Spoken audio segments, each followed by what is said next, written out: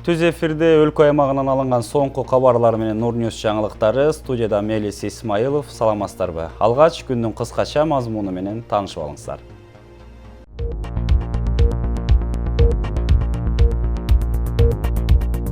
Өзгөндө өспүрүм балдардын жаңжалы бычакташууга алып барды. Токтогулда дарыяга төгүлгөн күйүүчү майдан балыктар кырылып жатат. Кытайдан алынып келүүчү эттер Евразия экономикалык биримдигинин стандарттарынан туура келбейт. Мындан улам Кыргызстан аталган өлкөдөн эт алуудан баш тартты. Кененирээк Гүлзада Турабекованын материалында. Ош Баткен Исфана Уна жолу таштанды талаасына айланууда. Буга жүргүнчүлөр күнөөлүүбү же жол боюнда жашаган тургундарбы? Ажыга баруучуларды каттоо ушул жума ичинде башталат. Ажылыкка катталуу иши биометрикалык паспорт менен гана жүргүзүлөт.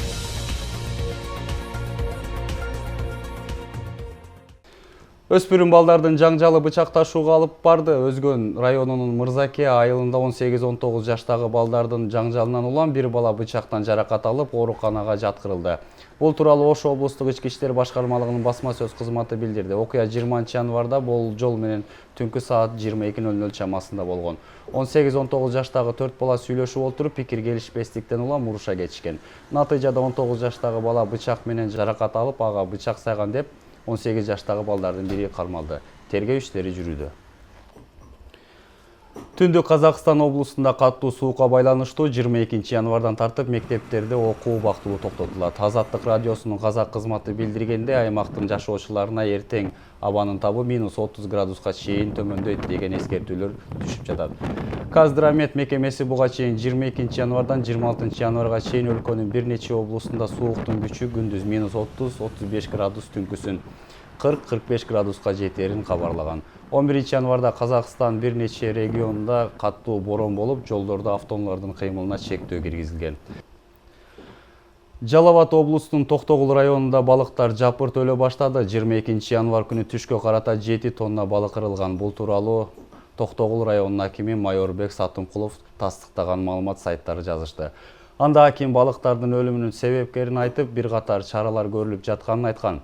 Сатымкуловдун маалыматы боюнча жеке ишкер Аманжан Барбиевдин суу боюндагы чарбасында балыктар жапырт кырылып жатат. Буга 20 январда Чычкан Капчык айында дарыяга кулаган унадан төгүлгөн күйүүчү май себепкер болуп жатат. Ал эми келтирилген зыян боюнча кырсыкка кабылган унаанын ээси менен сүйлөшүү жүрүүдө. Акимдин айтымында учурда тиешелүү кызматтар кырсыктын кесепеттерин жоюунун үстүндө иштеп жатат. Эске салсак, Бишкек-Ош унаа жолунун 264-чакырымда Чычкан суусуна бензин тараткан унаа кулап түшкөн. Анын кесепетинен бир киши каза таап, 2 киши жабыркаган. Ал эми унаада 38 тонна бензин бар болчу. Эми жолдорго айдоочулардан акы алынышы мүмкүн. Бул тууралуу Транспорт жана жолдор министрлиги жол тармагын өнүктүрүү жана республикалык бюджетке жеңилдик кылуу максатында ушул сунушту киргизишкен. Учурда акы төлөнүүчү жолдорго өлкөнүн түштүгү менен түндүгүн бириктирүүчү жаңы альтернативдүү жолдору каралууда. Бирок мындай сунушка айдоочулар карама-каршы чыгышууда. Сунуш кылып жаткан долбоор анын жемиши жана каршылыктарын кабарчыбыз айтып берет. Кийинки жылдан тарта өлкөнүн айрым аймактарында курулуп жаткан жаңы жолдорго акы алуу сунушу киргизилди. Бул багытта Транспорт жана жолдор министрлиги кабарлашты. Мындай ыкма учурда көпчүлүк мамлекеттерде жүргүзүлүп, өз жемишин берип жаткандыгы менен байланыштырылууда. Анализдер учурдун талабы деп түшүндүрүп жатышат. Ал эми төлөм алуунун 2 жолу каралган. Биринчиси бул акы төлөнүүчү жолдор мыйзам боюнча. Экинчиси болсо жанагы жүк ташуучу транспорт каражаттарына жыйымдарда, экөө эки башка да мыйзам боюнча. Акы төлөнүүчү жолдор булар жанагы альтернативный маршруту бар болсо, акы төлөнүүчү жолу өткөрүлөт да. Ошол эле жанагы жалпы пайдаланууда жолдор деп атпайсызбы, ошонун участкасында, кандайдыр бир участкасында альтернативный маршрут болсо, анда акы төлөнүүчү жол өткөрүлөт да. Анан экинчиси жанагы жүк ташуучу, оор жүк ташуучу транспорт каражаттарына жыйымдар. Ал боюнча дагы азыркы учурда эч кандай акыркы чечим жок. Мыйзам боюнча жана 2015-жылы транспорт каражаттарынан жыйындар алынсын, жалпы пайдалануучу жолдор өткөн боюнча алынсын деп мыйзамга жобо кирген. Анын өлчөмү өтө чоң болбойт. Деген менен жолдор министрлигинин бул сунушун кезектеги чийки мыйзам долбоору катары сыпаттагандар бар. Анын себебин жолдордун абалы талапка жооп бербестиги менен түшүндүрүшөт. Андай деңгээлге Kırgızistan memleketi yana Kırgızstan'da yolları жетелек. Bizim ушул bir кээ аткаминерлерибиз өздөрүнүн мындай билимин тайкылыгынан şu тайкылыгынан баягы falan жерде пастан эмич деп эле ушу батышты тууроо менен элек болуп атат да. Ошонун касепетинен канча кабыл алынган мыйзамдар, канча көтөрүлгөн демилге мына жол салыштар айрыкча ушу жол транспорт. Аңгектен качсаң дөңгөккө дегендей жолдун талапка жооп бербеген абалы айдоочуларда кадимки көрүнүшкө айланган. Ага катар акыркы мезгилде жолдордо жамоо ишинен башка жарытарлык жаңы жумуштар алып барылган эмес. Ал эми акы төлөө сунушу айдоочулар тарабынан бийликтегилердин кезектеги жосунсуз жоругу деп бааланууда. Азыр нам не до этого. Биз төлөбөстөн ушул жолго жүргөн үчүн, ушул жолдо жүрүп иштеп, өзү менен өзү бала чакасын баккан үчүн бизге төлөп берсе болот өкмөтчү, бизге төлөп берсе болот.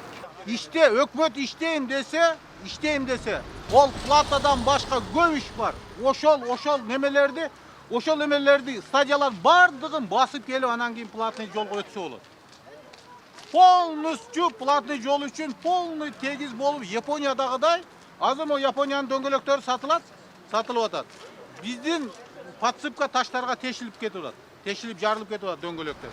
Ошолорду бардыгы Япониядагыдай жок, таптаза шыпырылган жол болсо, освещение эки жагынан освещение болсо, канча машиналар койлорду, уйларды, эшек уруп талкаланып атат. Каржы өндүрүүнүн альтернативдүү жолу катары сунушталган бул долбоор яайып кирген өлкөлөрдүн көбүндө кездешет. Бул кадимки көрүнүш катары сыпатталат. Деген менен ал жактарда жеке тараптарга таандык акы төлөнчү жолдордо айдоочулар кандай учурга кабылбасын жол ээлери тарабынан кетирилген чыгымдар төлөнүп берилет. Бирок Кыргызстандын андай мүмкүнчүлүктөргө чамасы жетпейт деп ишенбөөчүлүк арткандар арбын. Алар жеке менчиктеги жолдор айтсак. Бизде мамлекеттик жолубузду оңдоп түзөтө албай атабыз. Ошого каражатыбыз жетпей атат, анан каяктагы акы төлөй турган жолду айтам. Айтат элем ушарагы депутаттарыбыздын көпчүлүгүнүн жанагы акча менен барып калып, анан жанагы лоббирование деген бир термин табышып алды. Жеке-жекеден сүйлөшүп, мамлекеттин кызытын эзепке албай ар бир адам. Анан бир мыйзамды киргизе коюшуп, ана биз митип атабыз. Анан ошол реальный чындыкка келгенде ал мыйзам өтпөй калып атат. Ал эми аталган мыйзам долбоордун талабына ылайык акы алуучу жолдорго кошумча альтернативалык жолдору бар трассалардан Бишкек-Токмок айланма жолу, Кубакы-Кочкор жана түштүк менен түндүктү бириктирчү жаңы жолдордон алуу каралган. Анда чакырымына 3-4 сомдон деп болжолдонууда. Ошондой эле акы алынуучу жолдор 2018-жылы 26 чакырым, 2025 жылга чейин 500 чакырымга жетиши мүмкүн. Белгилей кетсек, азыр Бишкек-Ош жолундагы туннель үчүн акы алынып келет. Нурзат Көчүмкулова, Руслан Абдумиталип уулу, Нурньюз, Жалал Абад. Bir haftada 20 миңге жакын жол эрежесин бузуу фактысы катталды. 15 январдан 21 январга чейин жол коопсуздугун камсыз кылуу боюнча башкармалык 19.800 жол эрежесин бузуу фактысын аныктады. Бул тууралуу аталган мекемеден билдиришти. Анын ичинде 296 факты айдоочу мас абалында рулга отурган үчүн катталган. Тийиштүү документтерди жок айдоочуларга 573 административдик протокол түзүлдү. 813 автоунаа айып салынып, атайын токтотуучу жайга киргизилди. Мындан тышкары Бишкек аймагындагы автоунаа токтотуучу жайда эреже бузган 162 машина катталды. Ош-Баткен-Исфана унаа жолу таштанды таласына айланууда. Буга унаадан түшпөй туруп акырт шикир таштаган жүргүнчүбү же жакын жерде жашаган тургундар себептүүбү тиешелүү жактар аныктай элек. Мындан улам Кадамжай шаары аркылуу өткөн жол бою экологияны гана булгабастан шамалга учкан желим баштыктар айдоочуларга да ыңгайсыздык жаратууда. Бул сыяктуу терс көрүнүштөрдү жоюуга шаардагы тазалык ишканасынын каражаты жетишсиз. Баткен облусунун тургундары үчүн Ош-Баткен-Исфана жолу өлкөнүн башка аймактарына чыгуучу негизги каттам. Ошол эле учурда Өзбекстан жана Тажикстанга да ушул жол аркылуу барышат. Же болбосо аталган өлкөлөрдөн меймандар келишет. Бирок бул жолдон каттаган адамга облустун көз жоосун алган жаратылыш эмес, ар кайсы жерге ташталган таштандылары көрүнөт. Бул жол эл аралык жол болгондуктан бизге башка чет мамлекеттерден келген меймандар бар, коноктор бар. Ошолордун алдыда деле биз өзүбүздүн кандай бир тартиптүүлүгүбүздү көрсөтүп койсок жакшы болот. Ошол таштабасак, жол четиндеги жаман нерселер көрүнбөсө, өзү үчүн деле жакшы да. Жолоочулар дагы эле ушул машинада кетип аткан ар кандай пакеттерди, ар кандай нерселерди таштап коет. Ошолорду дагы карап айдоочулар таштабагыла деп өзүбүз деле эскерсек болот. Аталган жолдун 120-130 чакырымдарында ташталган таштандылар 2 жылдан бери турат. Бул аралыкта кимдер тарабынан ташталгандыгы боюнча далил жок. Жол боюнан 200 метр аралыкта атайын жай болгонуна карабай, белгисиз адамдар желим баштыктарды, суусундуктардын бөтөлкөлөрүн жана бөбөктөрдүн жалайыктарын жол четинде таштап кетишет. Мындай терс көрүнүштөргө жол берген кызматтарга мыйзамга ылайык чара көрүлөрүн экологиялык жана коопсуздук боюнча мамлекеттик инспекциясынан билдиришти. Ошол территория кимге карай турган болсо, ошол аймактын башчысы жооп берет. Шаардын территориясы болсо, шаар мэриясы жооп берет. Шаардын мэриясында ошол жерден жооптуу адамдар коюлат. Ошол эмен тазалык боюнча ошо жооп бере тургандар буйрук менен чыгарылат. Же болбосо жоопкерчиликке мэрдин өзү мойнуна алган болсо, анда мэрдин өзүн жазалышка туура келет. Кадамжай шаарынын айланасындагы тазалыкты сактоо үчүн шаардык бийликтен жылына 5 миллион сом бөлүнөт. Жумасына бир жолу тазалык ишканасы жол боюндагы таштандыларды тазалап турары айтылууда. Бирок кошуна жайгашкан айылдардын тургундары да кала аймагына алып келип, таштандыларын төккөндүктөн күн сайын тазалап турууга бөлүнгөн каражат жетишсиз болууда дейт шаардын вице-мэри. Кошуна айыл өкмөттөрдөн келайтып эле жолдун боюна таштап өтүп кетип атат. Биздин эң проблемный маселебиз ушул болот дагы. Ар бир суббота же через бир суббота кийин 2 субботада бир эмени алып турабыз өзүбүз барып туруп. Субсидия катары 5 миллион сом акча каражат бөлүп беребиз буларга. Бирок айлык акылары азыраак болгондуктан кээ бир учурда жетише албай калабыз, техникабыз жетишпейт. Облус аймагында атайын таштанды таштоочу 7 жай бар. Ага тазалык ишканалары гана таштандыларды чыгарбаса, көпчүлүк жарандар ар кайсы жерге таштап кетишет. Мындан улам жогорудагыдай терс көрүнүштөр орун алууда. Буга чекит коюуга тиешелүү жактардын каражаты жетишсиздиги айтылса, ага кошо эле мыйзамдардын иштебей жаткандыгы да кошумча болууда.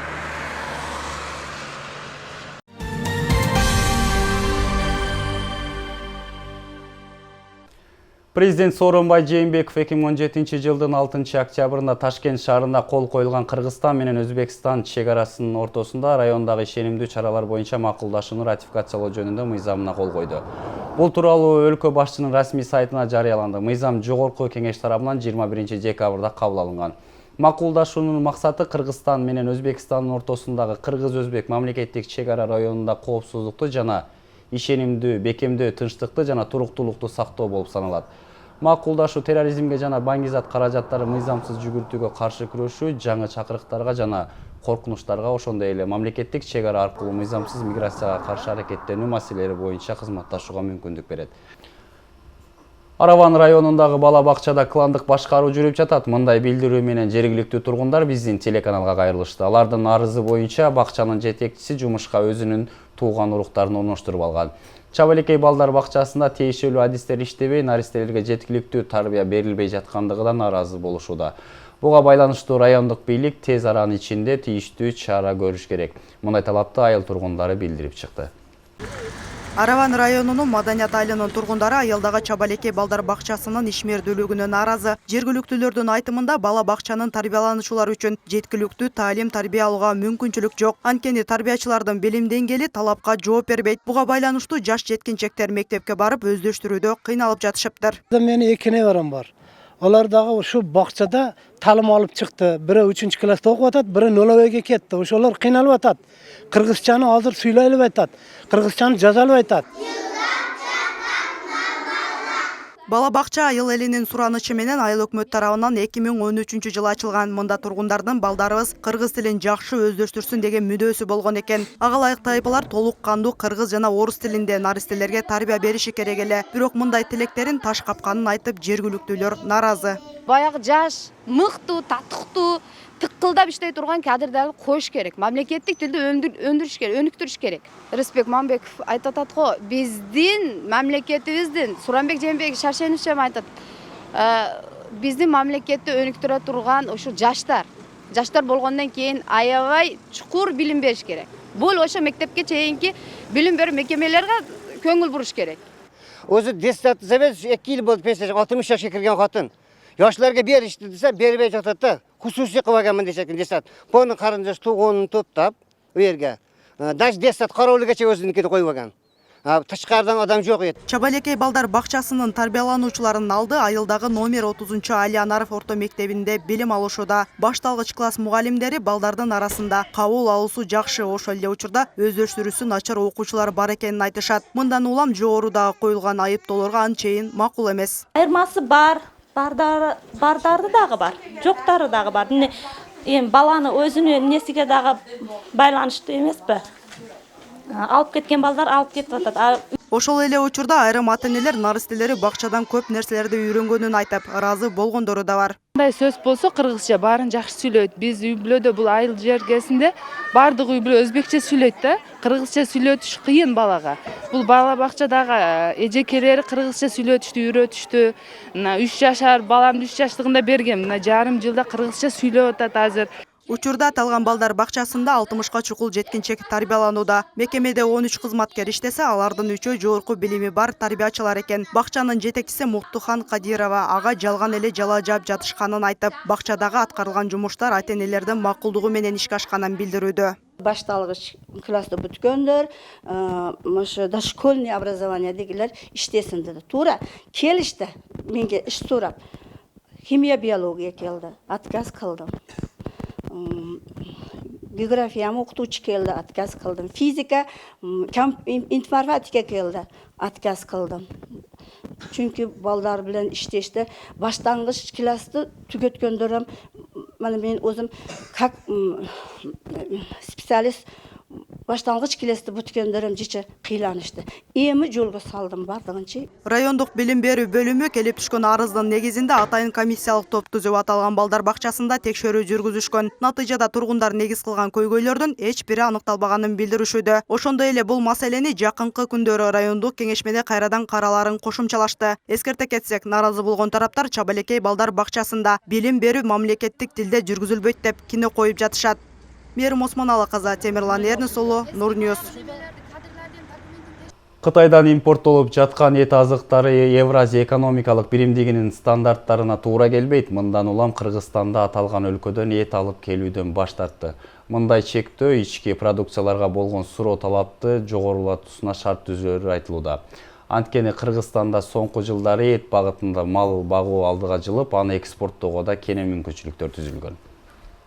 Адистердин белгилөөсүнө түштүк аймагынын өзүнө эле Кытайдан күнүнө 30 тоннада эт азыгы импорттолот. Бирок алар бажы биримдигинин талаптарына жооп бербейт. Мындан улам Айыл чарба министрлиги аталган өлкөдөн эт алуудан баш тартканын маалымдады. Мындай чектөө эт багытында мал баккан жергиликтүү фермерлердин эмгегин көбөйтүүгө өөлгө түзүүдө. Анткени жогоруда кабыл алынган чечим ички продукцияларга болгон суроо талапты жогорулатмакчы. Өзүбүздү камсыздырабыз. Ооба, мамлекетке өтө жакшы болот экен. Ар бир адам деле ушул өзүнө жакса, мал кармап, чарба өтө жакшы да. Москвага барып, уякпага барып кыйналгандан көрө өзүбүз деле тирилик кылып, өзүбүздү өзүбүз баксак болот турган. Кыргызстанга импорттолуп жаткан эт азыктарынын сапаты боюнча текшерүүлөрдүн терс жыйынтыктары чыккан учурлар буга чейин орун алып келген. Тилекке каршы ал ар кандай жол менен өлкөгө кирген соң аны көзөмөлгө алуу өзүнчө көйгөйгө айланат. Андыктан мындай кырдаал эл аралык деңгээлде чечилип жатканы жыйынтык берет дешет адистер. Буйволдун эти келген мезгил болгон, никат сапаты начар, балыктардын келген, ушунун баарынын тыюу салынганы бул бизге абдан жакшы. Мына бүгүнкү күнгө токтоп, элибиз өзүбүздүн эле жакшынакай сапаттуу эт азыктар менен камсызданып атат. Өлкөдө эт багытындагы мал чарбачылыгы алдыга жылып жатканын эске алуу менен Кыргызстан бул жаатта импортко муктаж эмес деген пикирди кармангандар да бар. Алса Кара Суу районунун өзүндө эле 6000ден ашуун фермер мал чарбачылыгы менен алектенүүдө. Аталган район жылына 500 тонна этти экспортко чыгарууга мүмкүнчүлүк бар экени айтылууда. Бизге этибиз илгериден эле ушу Россияга чейин чыгып келген, Казакстан, коңшу мамлекеттердин баарына чыгып жүргөн да. Биздин эт бул илгерки сайыс өлкөлөрдүн ичинде бааланчу, өзүңүздөр билчүсүздөр, Ленинградты персоналдык түрдө камсыз кылчубуз. Ошондой эле бул маселелер ушул багытта иштер жакшырса, бул мал чарбасы өнүгүүнүн астында турат. Кытайдан импорттолгон этке чектөө киргизүү кыргызстандыктарга зыянын тийгизбейт. Болгону монополияга каршы агенттик бага болгон тарифти көзөмөлдөө керектиги белгиленет. Ошондой эле экономика адистери Кытайдан алынып келүүчү эттен баш тартуунун бир нече оң тараптарын атап өтүштү. Биринчиден бул ички продукцияны өндүрүү, эт продукциясын өндүрүү жана аны реализациялоо. Экинчиси ошол Евразиялык экономикалык уюмга мүчө болгондон кийин анын талаптарын аткаруу. Анан үчүнчү эң негизгиси Кытайдан кирип келе жаткан продукциянын, эт продукциясынын канчалык деңгээлде ал экологиялык нормаларга жооп берет, жооп бербейт. Мына ушул маселе дагы чечилет да. Бирок бул жерде ойлоно турган 1-2 дагы маселе бар. Биринчиден бул канчалык деңгээлде ички эттин өндүрүлүшүнө, өсүшүнө, баанын өсүшүнө алып келет. Ушул тапта Кыргызстан жылына 250 000 тонна эт өндүрөт. Анын 1000 тоннасы гана чет жака экспорттолот. Андан сырткары өлкөгө Казакстан, Орусиядан жана Украинадан эт келип турат. Гүлзада Турабекова, Актилек Акылбек уулу, Нурньюз.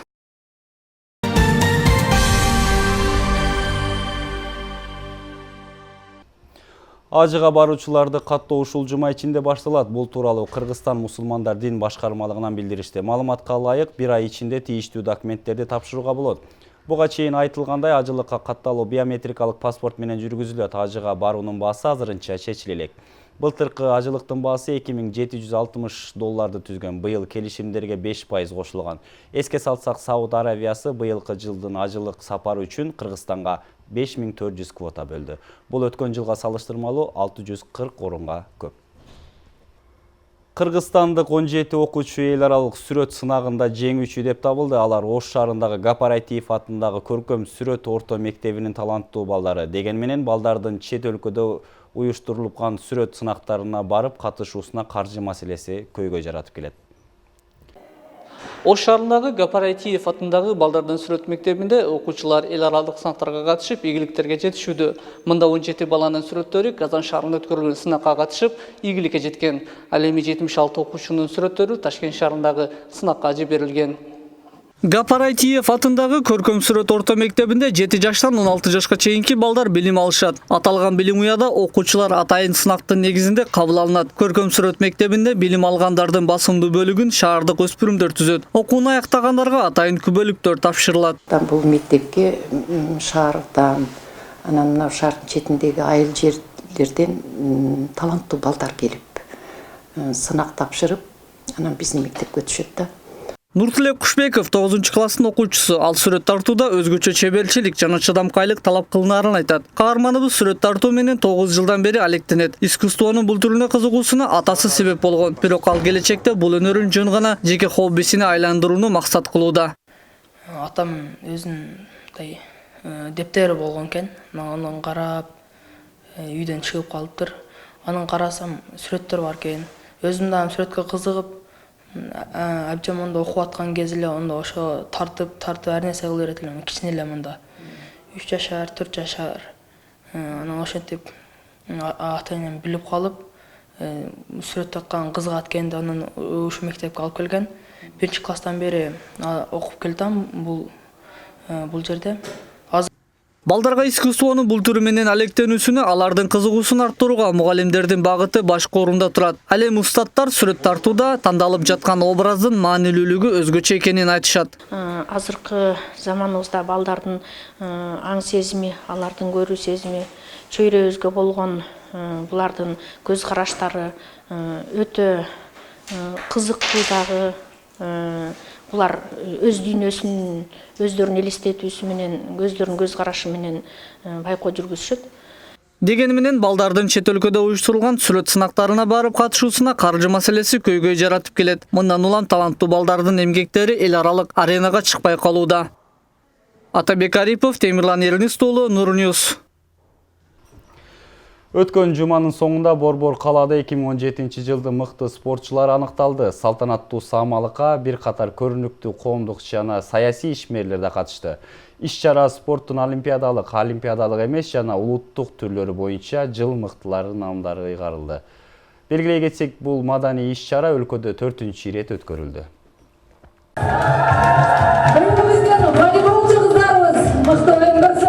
20 январда атамекендик спортчуларды сыйлаган Sport Awards 2017 салтанаты болуп өттү. Саамалык улуттук олимпиада комитетинин мурдагы жетекчиси маркум Мурат Сараленовдун жаркын элесине арналып, аны аталган комитет Топ спорт KG сайты жана Жаштар иши дене тарбия жана спорт мамлекеттик агенттиги уюштурду. Анда 2017 жылы спорттун бир нече түрү боюнча ийгилик жараткан спортчуларга сыйлыктар ыйгарылды. Биздин Кыргызстанда спортчуларды эч ким тааныбайт болчу.